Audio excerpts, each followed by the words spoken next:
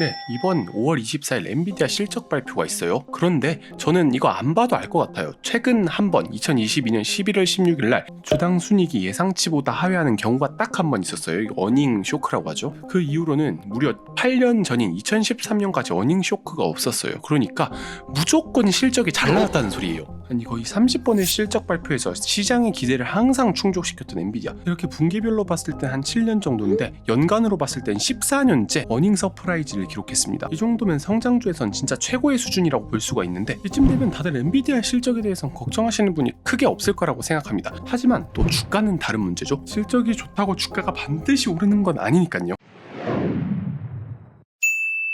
네, 엔비디아 주가가 벌써 312네요. 전고점에 가까이 왔어요. 솔직히 전고점을 뚫는다면 그 상승세는 400까지 간다고 해도 이상하지 않아요. 최근 CNBC에서 챗GPT 열풍으로 엔비디아 주가가 10년째 5배나 상승할 거라고 예상을 하고 있습니다. 5배면은 지금 애플보다도 더 시총이 커진다는 말이거든요. 이렇다 보니 뱅크 오브 아메리카 측에서는 AI 버블이다. 그중에서도 엔비디아가 가장 심하다. 뭐 일리가 있습니다. 지금 미국과 중국이 완전 반도체 전쟁을 하고 있죠. 그중에 미국이 중국 락다운에 들어갔습니다. 미국 상무부는 군사 목적 이용 가능성을 명분으로 엔비디아의 고성능 반도체인 A100과 H100을 팔지 못하도록 한 거예요. 중국 반도체를 완전히 꺾어버리겠다는 심산이었죠. 그 결과로 엔비디아가 중국 시장에서 얼마나 큰 타격을 입었냐고요? 판매량이 거의 40%는 감소했어요. 이때 다들 생각했겠죠? 와, 엔비디아 진짜 망하는 거 아니야? 그 많던 중국 데이터 센터 배출 박살날 게 뻔했으니까요. 실제로 주가도 이때 거의 마이너스 70%까지 떨어진 적이 있었죠. 그때 제가 엔비디아 영상 올리면서 그런 말을 했을 거예요. 어차피 GPU 대체제가 없다. 바이두, 텐센트, 알리바바 이런 IT 기업 A100 반드시 필요한 상황이었으니까요. 그리고 조금 낮은 성능으로 팔면 되는데 이 큰 타격은 없을 것이다 라고 전망을 했는데 실제로 그렇게 됐습니다. 엔비디아의 3분기 매출은 시장 전망치를 뛰어넘었고 중국 판매도 예상했던 것보다 훨씬 나았어요. 엔비디아는 A100의 다운그레이드 버전인 A800을 팔기 시작했거든요. 데이터 전송 속도가 600GB가 아닌 400GB를 낮춘 버전으로요. 그렇다고 하더라도 중국 기업들은 울며 겨자 먹기식으로 이 A800을 구매해야 됐을 거예요. 그리고 또 엔비디아의 묘수가 나옵니다. 전송 속도를 낮추니까 기존에 200개 필요하던 A100 대신 A800 300개가 필요할 게 아니에요? 그러면서 또 가격은 30% 깎아줬냐? 그건 아니란 말이죠. 이 규제안으로 오히려 엔비디아는 이득을 본 게 아닌가라는 생각이 들 정도예요. 그리고 엔비디아 측은 전혀 아쉬울 게 없는 게 엔비디아의 H100을 받겠다는 회사들이 아주 줄을 섰어요. 지금 보시면 매출 판매가 미국 부분이 엄청 늘어나고 있죠. 인공지능을 개발하는 오픈 AI나 딥마인드 등은 물론이고 클라우드 제공자인 CSP, 마이크로소프트, 구글, 아마존 이 기업들이 모두 엔비디아 칩을 받으려고 줄을 선 상태입니다. 이 어느 정도냐면 처음에 H100 칩셋 가격이 4천만 원 순이었는데 지금 6천만 원을 호가한다고 해요. 그도 그럴 것이 이 엔비디아 H100 칩셋은 기존 A100 칩셋보다 최소 2배에서 많게는 10배 가까이 좋은 성능을 자랑하거든요. 지금 상황은 모든 빅테크, 그 다음 스타트업들이 이 AI 시장을 선점하기 위해서, 아니 여기서 밀리면 진짜 죽기 때문에 이 H100 칩셋을 반드시 사수해야 되는 입장이 된 거예요. 예를 한번 들어보겠습니다. 오픈 AI 같은 경우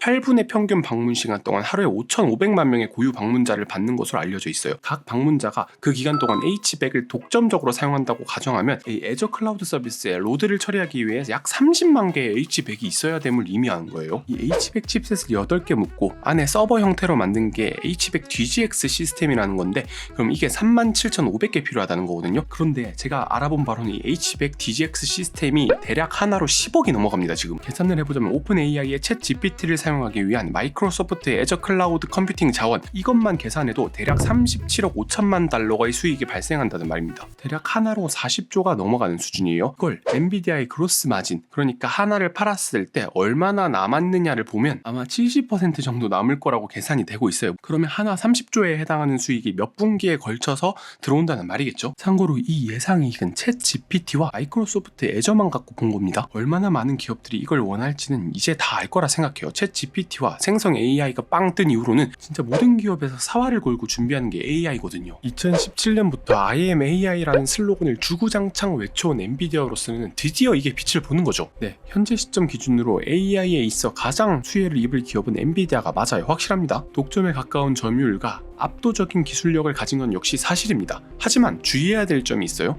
지금 엔비디아의 주가는 버블이라 말해도 될 정도로 상당히 비싼 건 사실입니다. 현재 기준으로 퍼가 150을 넘어가고 있고요. 1년 후 포워드 PE 역시 70이 넘습니다. 이는 경쟁사인 AMD의 거의 3배 가까운 수준입니다. 물론 엔비디아의 잠재력이 일반인이 생각하는 것보다 훨씬 더 많은 건 사실입니다. 현재 투자하고 있는 건 게이밍과 칩스 앤 시스템스 분야밖에 되지 않는데 AI 소프트웨어와 메타버스, 그다음 자율주행 부분은 지금까지 해온 것보다 2배, 3배는 더 큰 시장이니까요. 그런데 문제는 그 부분에 대한 수익은 아직 나지 않았다. 데이터 센터에 대한 수익이 대부분인 상태에서 몇 년 미래의 이익을 너무 빨리 땡겨온 게 아닐까라는 생각이 듭니다. 엔비디아 너무 기술력 좋고 너무 유망한 건 알겠으나 이제서야 신규로 진입한다는 거는 너무 비싸지 않을까? 이런 생각을 해봅니다.